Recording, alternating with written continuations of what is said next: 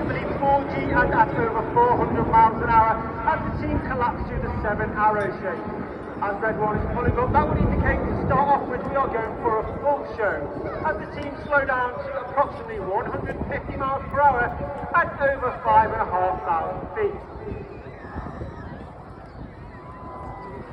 Red 1 brings the team to the right hand side, and red 1 is squadron leader Tom Bolt.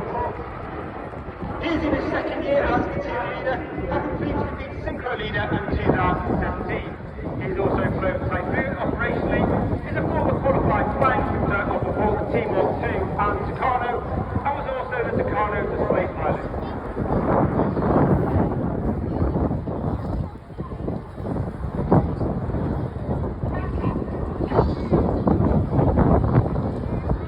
As the team come around to the right hand side, get your cameras ready for the 7-arrow roll.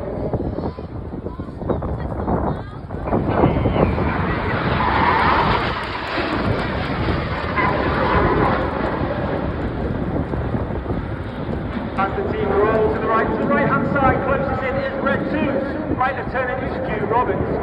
Stu's in his first year on the team, having previously flown Typhoon with 11 and 12 squadrons at RAF Coventry.